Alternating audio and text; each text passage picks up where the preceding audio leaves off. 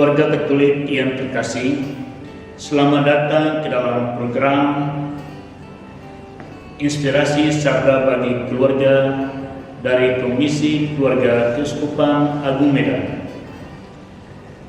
Pada hari ini, Sabtu 19 Desember 2020, kita akan kembali disapa oleh firman Tuhan dan buah renungan bagi keluarga Katolik. Kini marilah kita mendengarkan bersama-sama pembacaan dari kitab suci diambil dari Injil Lukas bab 1 ayat 5 sampai dengan ayat 25. Di zaman Herodes, Raja Yudea, hiduplah seorang imam bernama Sakaria dari kalangan Imam Abia. Istrinya juga berasal dari keturunan Harun, namanya Elizabeth. Keduanya hidup benar di hadapan Allah dan hidup menurut segala perintah serta ketetapan dengan tidak bercacat. Tetapi mereka tidak mempunyai anak sebab Elizabeth itu mandul dan keduanya telah lanjut usia. Sekali peristiwa, waktu tiba giliran kelompoknya, Sakaria melakukan tugas sebagai imam di hadapan Allah. Sebab ketika diundi, sebagaimana lazimnya untuk menentukan imam yang bertugas, dialah yang ditunjuk untuk masuk ke dalam bait Allah dan bakar ukupan di situ. Pada saat pembakaran ukupan itu, seluruh umat berkumpul di luar dan sembahyang. Maka tampaklah kepada Sakaria seorang malaikat Tuhan berdiri di sebelah kanan mezbah pembakaran ukupan. Melihat kejadian itu, Sakaria terkejut dan menjadi takut.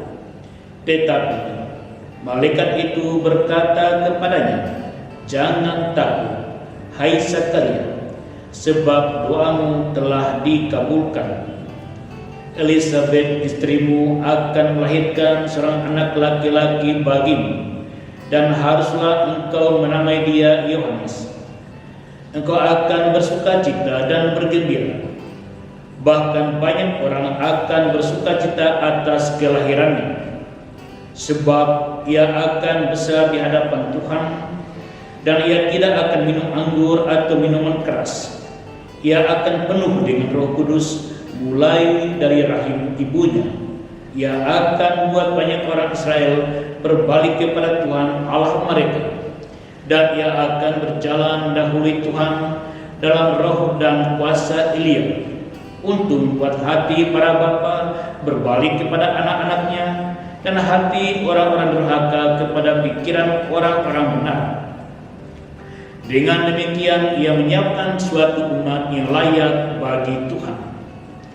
Lalu kata Sakaria kepada malaikat itu, "Bagaimanakah aku tahu bahwa hal itu akan terjadi? Sebab aku sudah tua dan istriku pun sudah lanjut umurnya." Jawab malaikat itu kepadanya, "Akulah Gabriel yang melayani Allah. Aku telah diutus untuk berbicara dengan engkau dan untuk menyampaikan kabar baik ini kepadamu. Sesungguhnya engkau akan menjadi bisu dan tidak dapat berkata-kata sampai pada hari semuanya ini terjadi, karena engkau tidak percaya akan perkataanku yang pada waktunya akan terbukti kebenarannya." Sementara itu, orang banyak menanti-nantikan Sakaria. Mereka begitu heran bahwa ia begitu lama berada dalam bait suci. Ketika ia keluar dan tidak dapat berkata-kata kepada mereka, mengertilah mereka bahwa ia telah melihat suatu penglihatan di dalam bait suci. Lalu Sakaria memberi isyarat kepada mereka, sebab ia telah bisu. Ketika selesai masa tugasnya, ia pulang ke rumah. Tak lama kemudian mengandunglah Elizabeth istrinya, dan selama 5 bulan ia tidak menampakkan diri. Katanya, "Inilah suatu perbuatan Tuhan bagiku. Sekarang ia berkenan menghapuskan aibku di depan orang. Demikianlah Injil Tuhan. Terpujilah Kristus. Keluarga Katolik yang terkasih, saat merayakan kelahiran Tuhan kita Yesus Kristus semakin mendekat, dan kini kita biarkan sukacita Advent meliputi pikiran, perasaan, hati, dan pengaruhi gerak langkah kita. Saudara-saudari yang terkasih, terutama keluarga Katolik dimanapun Anda berada, sepasang insan setelah resmi menjadi suami dan istri dan memulai suatu kehidupan perkawinan, tentu memiliki kerinduan memiliki putra dan putri yang lahir dari ungkapan cinta mereka.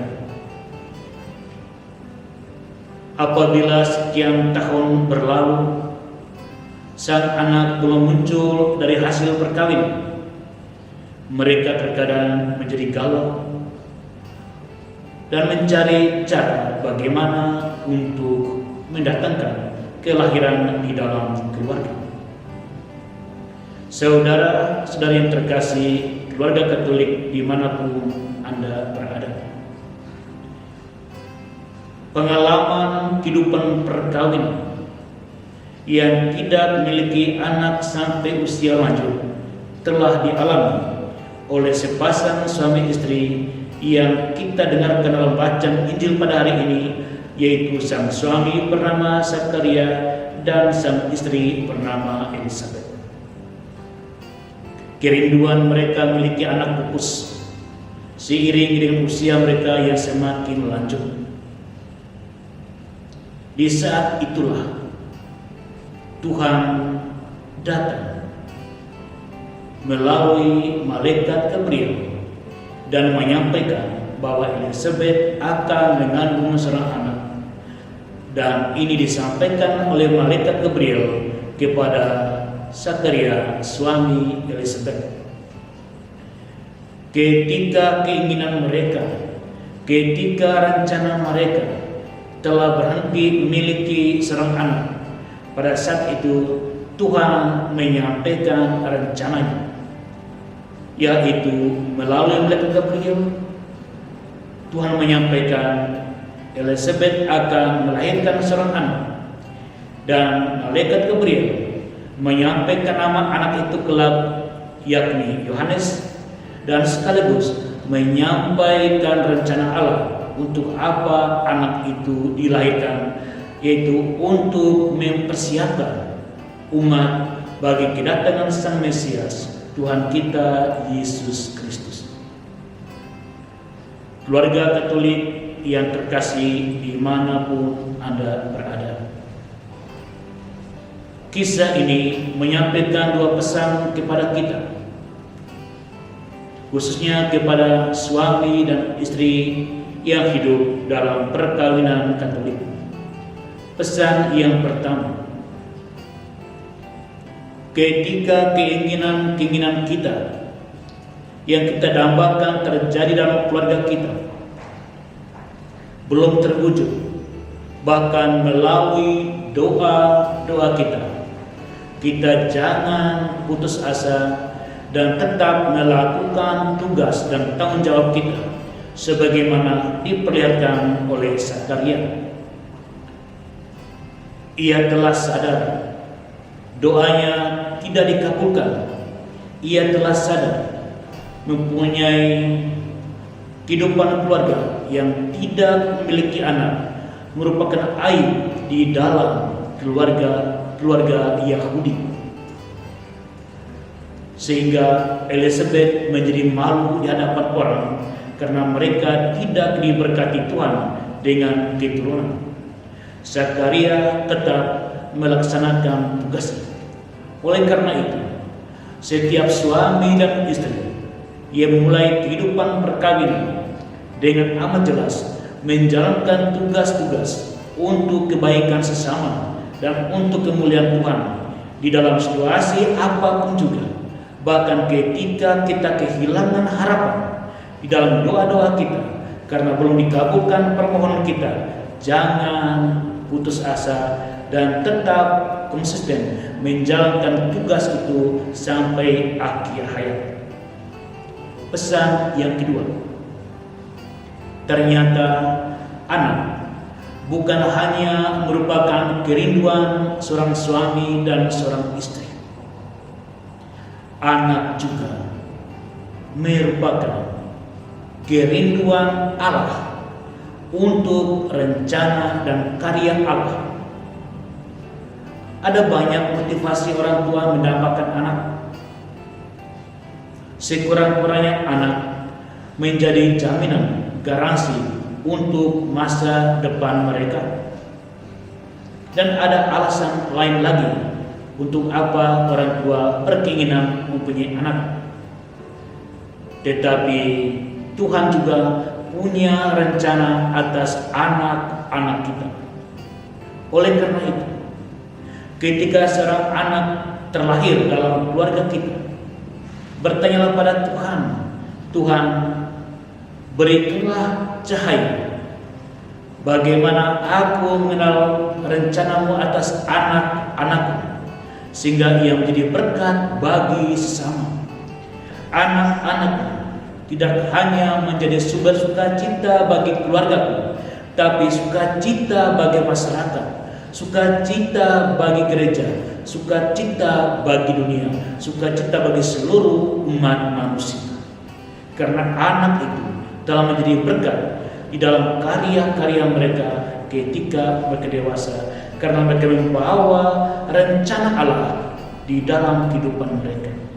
Saudara-saudari yang terkasih, khususnya keluarga Katolik dimanapun Anda berada, di dalam masa Advent ini kita tidak saja mempersiapkan diri lahir batin untuk merayakan kelahiran Tuhan kita Yesus Kristus yang telah dan sedang dipersiapkan oleh pewarta Yohanes Pembaptis.